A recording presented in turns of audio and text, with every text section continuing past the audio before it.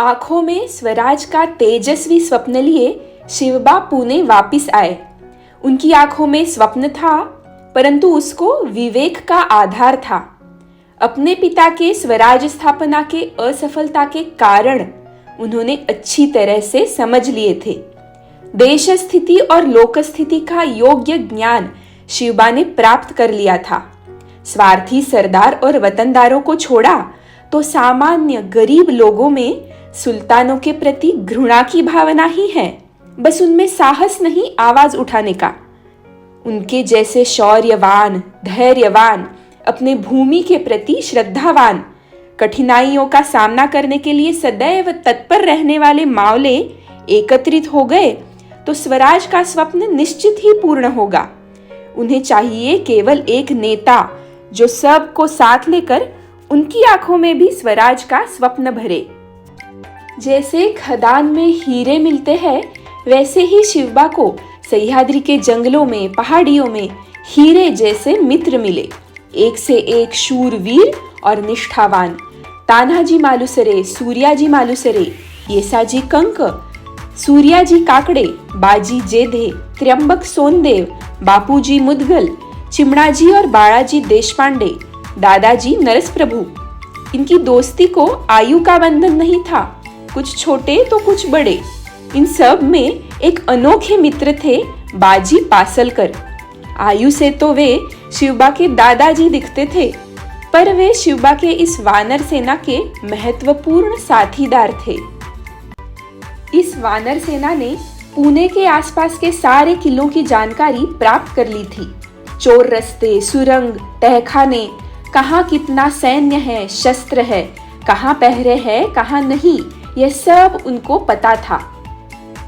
पुणे के दक्षिण दिशा में भोर तालुका है।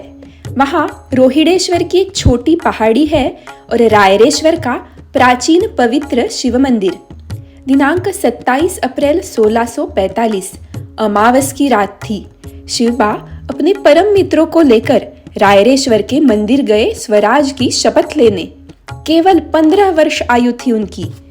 शंभू महादेव को साक्षी मानकर शिवबा सबको कहने लगे, इस भूमि पर अपना स्वराज्य हो, यह तो श्री की इच्छा है। अब परकियों की गुलामी नहीं।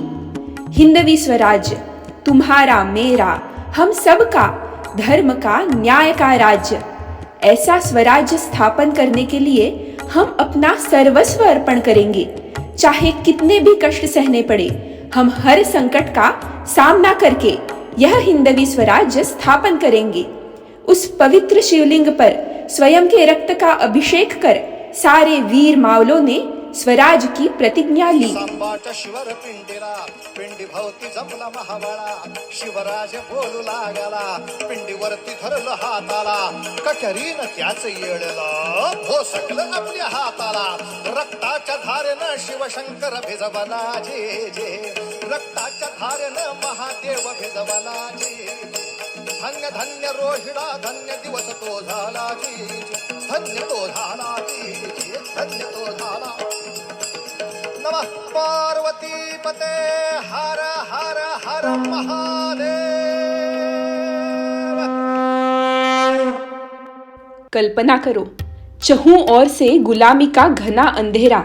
दिल्ली में मुगल सुल्तान, दक्षिण में 5 पातशाह, मुंबई में अंग्रेज, गोवा में पोर्तुगीज, कर्नाटक में डच वलंदाज, जंजीरा में सिद्दी, करनूल में हबशी और यहाँ मध्य में ये छोटे छोटे छुटकी भर मावले हिंदवी स्वराज्य की प्रतिज्ञा कर रहे हैं। क्या हिम्मत है! कितना भी घना अंधेरा हो, एक छोटी सी ज्योति उसे दूर कर सकती है। वैसे ही थे ये शिवबा के मावले। शिवबा के इस स्वतंत्र जहागीर के कारोबार को शाहजी राजे का योग्य मार्गदर्शन मिल रहा था। उसके लिए राज मुद्रा भी बनाई गई। प्रतिपद चंद्र लेखेव वर्धिष्णुर विश्ववंदिता, शाह सूनो शिवस्यैषा, मुद्रा भद्राय राजते, मुद्रा भद्राय राजते। उस समय अन्य सभी राजमुद्राएं फारसी भाषा में थी, परंतु अपने स्वधर्म, स्वभाषा का स्वाभिमान रखते हुए स्वराज्य की मुद्रा संस्कृत भाषा में बनवाई गई, जिसका अर्थ है प्रतिपदा तिथि के चंद्रलेखा जैसे बढ़ने वाली संपूर्ण विश्व जिसे वंदन करता हो, ऐसे शाहजी के पुत्र शिवाजी की यह मुद्रा लोगों के कल्याण के लिए विराजमान है। और सच में लोगों को अनुभव आने लगा कि हाँ, यही है लोगों का कल्याण करने वाला राजा, यही है न्याय का राज्य। रांझे नाम का एक गांव था। वहां के पाटिल ने एक स्त्री पर जबरदस्ती अत्याचार किया। शिवाजी महाराज को यह समझते ही वे प्रचंड क्रोधित हुए। पाटिल को गिरफ्तार करके लाल महल लाया गया। आज तक जनता को ऐसी तुरंत कार्रवाई होती है यह पता ही नहीं था। बादशाह के अमलदार ही जो मन चाहे वो गुनाह करते थे, उनको कौन दंड करेगा। परंतु अब यह कुछ अलग था, विलक्षण था। शिवाजी महाराज ने उचित पूछताछ की, गुनाह साबित हुआ और शिवाजी महाराज ने हुक्म दिया, पाटिल के दोनों हाथ दोनों पैर कलम किए जाए, पाटिल की जब्त की जाए। एक दिन में निर्णय भी हो गया और कार्यवाही भी। अब फिर से कोई ऐसी घिनौनी हरकत करने की हिम्मत ही नहीं रख सकता था। सामान्य जनता खुश हुई। उनका शिवाजी महाराज के प्रति विश्वास बढ़ने लगा। पुणे और आसपास के प्रांत में देशमुख लोगों के आपसी झगड़े बहुत होते रहते थे, इतने एक्सट्रीम कि एक दूसरे के रिश्तेदारों की हत्या ही कर देते थे। लड़ाइयों में जीतने वाले भी अपने और हारने वाले भी, मरने वाले भी अपने ही थे। इन देशमुखों की शूरता का उपयोग आपसी लड़ाइयों में नहीं तो स्वराज की लड़ाइयों के लिए हो, ऐसा शिवाजी महाराज का विचार था। ऐसे दूरदर्शी शिवाजी महाराज के न्यायमंडल में निस्वार्थता से, निष्पक्षता से शास्त्रों का आधार लेकर न्याय किया जाता था। रोहिड़े मावळ प्रांत के देशमुख अब शिवाजी महाराज को मानने लगे। कान्होजी जेधे, बाजी पासलकर, शिळमकर, बांदल इनके जैसे देशमुख और गोमाजी नाईक, माणकोजी दहातोंडे इनके जैसे शाहजी राजे के कारभारी भी शिवाजी महाराज के कारोबार में साथ निभाने लगे। स्वराज का बीज अंकुरित होने लगा।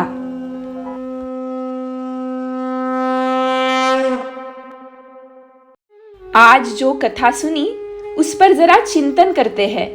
शिवाजी महाराज ने केवल स्वराज का स्वप्न ही नहीं सजाया, उस कल्पना को वास्तव में लाने के लिए योग्य प्रयास किए।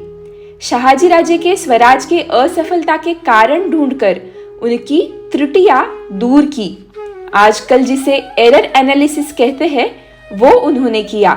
वैसे देखा जाए तो शाहजी राजे के साथ बंगलुरु में सारे सुख समृद्धि का उपभोग लेते हुए भी जिजाऊ साहब और शिवाजी महाराज रह सकते थे, परंतु उन्होंने ध्येय प्राप्ति के लिए कांटों से भरा हुआ मार्ग चुना।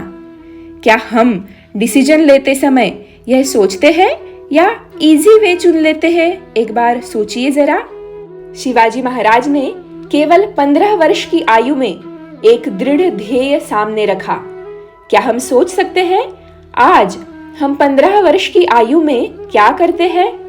छोटी छोटी बातों का हमें स्ट्रेस आता है, हम डिप्रेस होते हैं। शिवाजी महाराज के सामने तो कठिनाइयों के पहाड़ थे, पर वे बने प्रतिपदा का चंद्रमा। कभी देखने का प्रयास करो, अमावस की अगली रात को आकाश में चंद्रमा दिखता है क्या?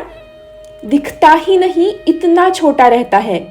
परंतु धीरे धीरे बढ़ते बढ़ते पूर्णिमा को संपूर्ण आकाश की शोभा बन जाता है। हमें भी शिवाजी महाराज जैसा आत्मविश्वास स्वयं में लाना पड़ेगा।